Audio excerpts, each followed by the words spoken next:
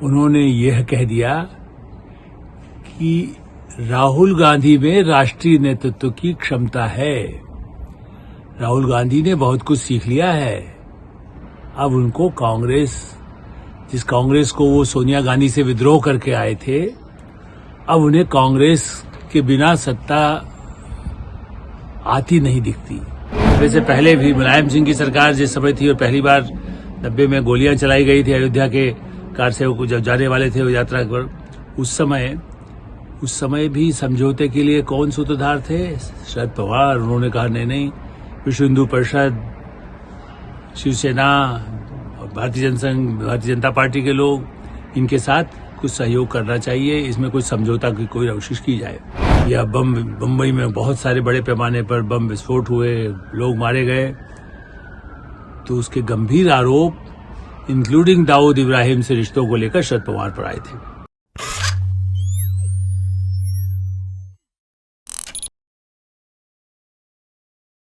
नमस्कार, मैं हूं आलोक मेहता।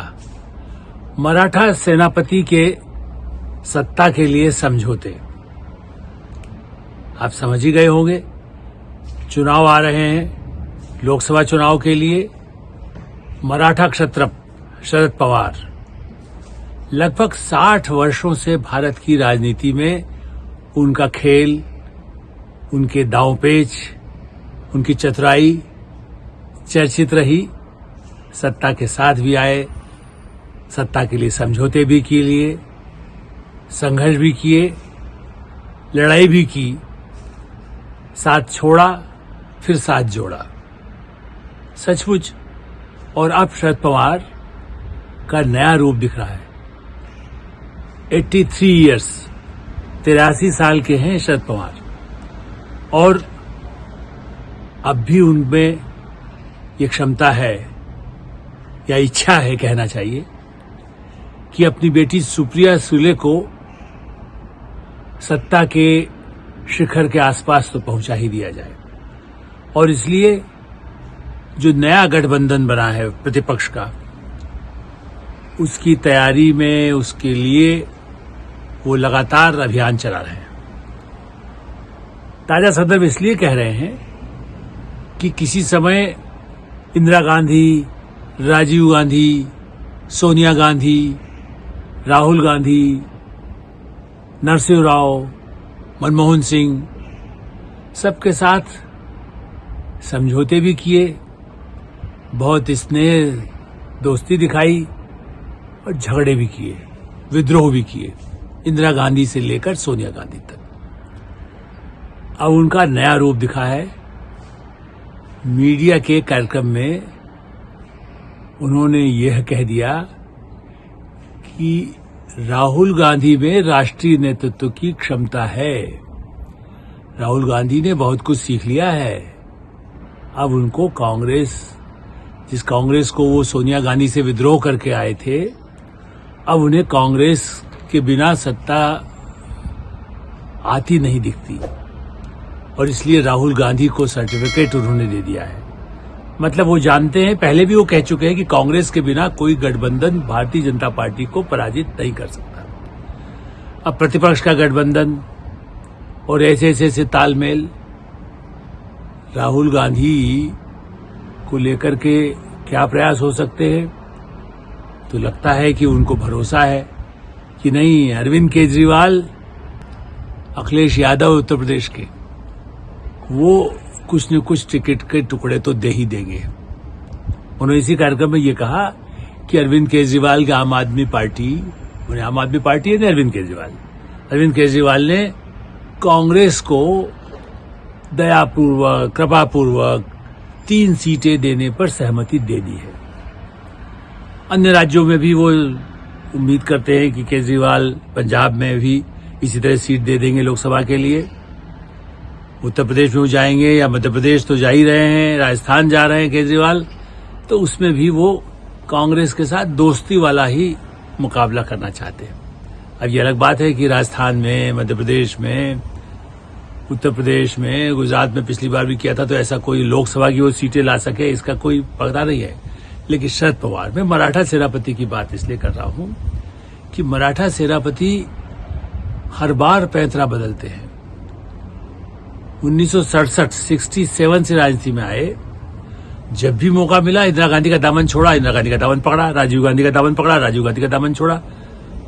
नरसिंह राव के समय तक सोनिया गांधी शांति, तब तक फिर भी साथ दिया। फिर नरसिंह राव के समय में भी जैसे ही कुछ सत्ता से कुछ होने लगा तो लगा प्रधानमंत्री पद का उम्मीदवार हो सकता हूं।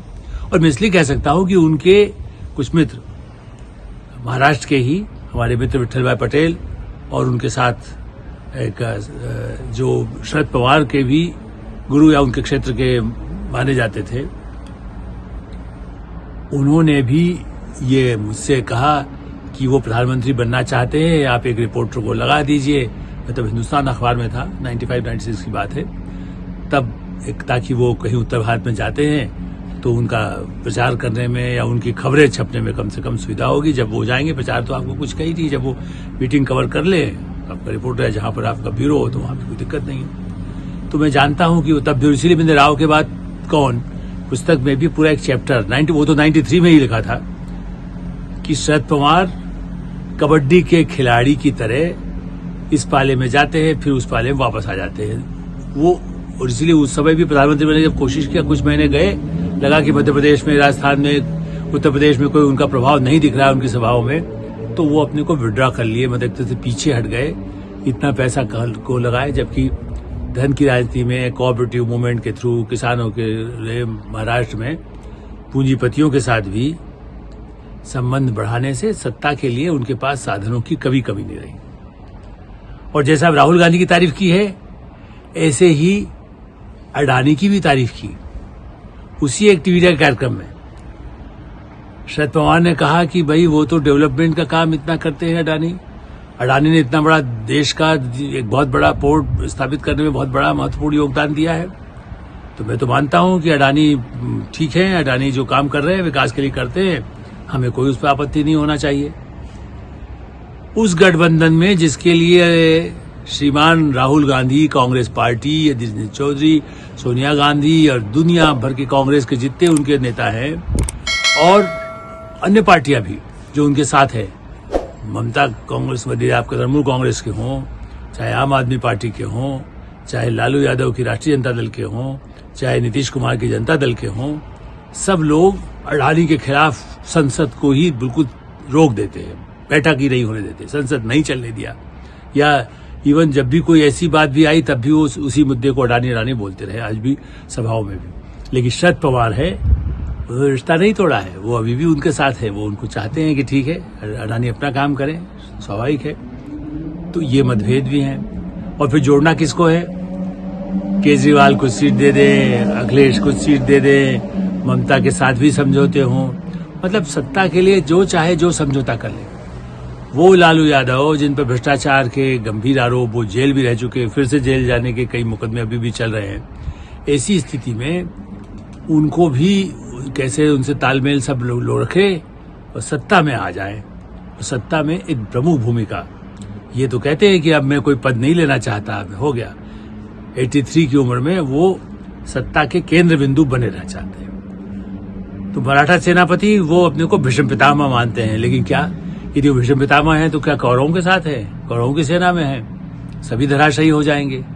ठीक है, दूसरे उनके सम्मान तो जैसा मैंने कहा कि प्रधानमंत्री नरेंद्र मोदी भी करते हैं। और एक और बात है, उनके समझौते, अब वो कुछ भी कहे, उद्धव ठाकरे जो कट्टर हिंदूवादी हैं, और Mamata Banerjee, communist party, Congress party, वो तो सेकुलरिज्म का बड़ा झंडा उठाते हैं। आप बताइए, आप उनके झंडे के एक तरफ वो सेकुलरिज्म या मतलब जो भी इससे ऐसे जो बड़ी बातें करते हैं, केवल जिन पर उद्धव ठाकरे और उनकी शिवसेना जो अब तो छोटी सी बच गई है, उनका एजेंडा कुछ अलग है।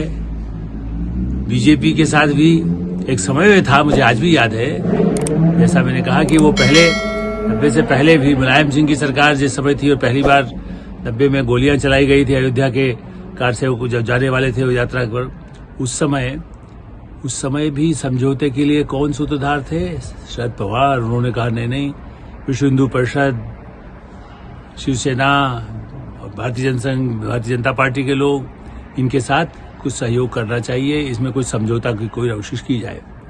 तो वो दोनों तरफ रखते हैं।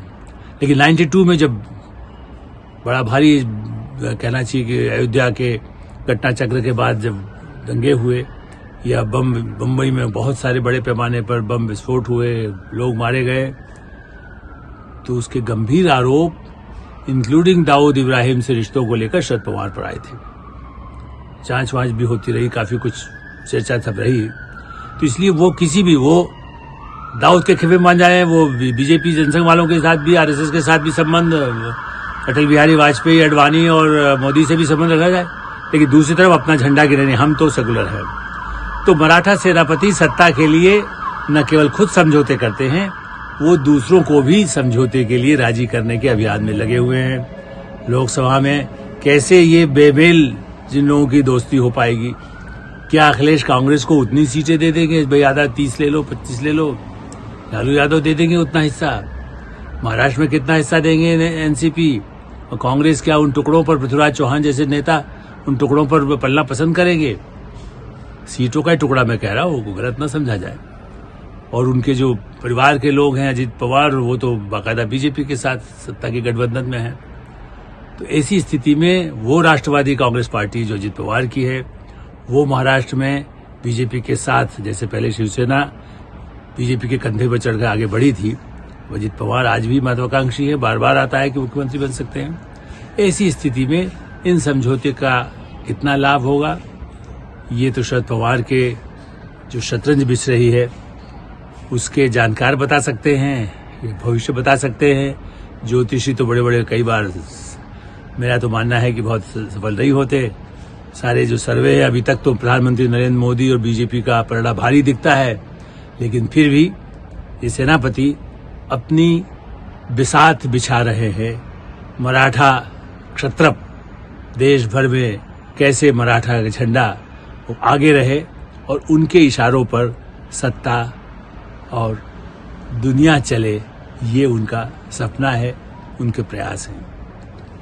राइटर्स आई में हम इसके आगे कुछ और बातें बताते रहेंगे, ऐसे ही सेनापतियों के बारे में, राजनीति के बारे में, अंतर्राष्ट्रीय राजनीति के बारे में, देश के बारे में, समाज के बारे में कुछ अंतर कथाएं आपको मिलती रहेंगी। आप राइटर्स आई देखते रहिए, इसे आपने सब्सक्राइब करिए, अपने मित्रों को फॉरवर्ड करिए और आपकी जो अपनी राय है उसे कमेंट अवश्य भेजें। आपका हमेशा स्वागत है। धन्यवाद, नमस्कार।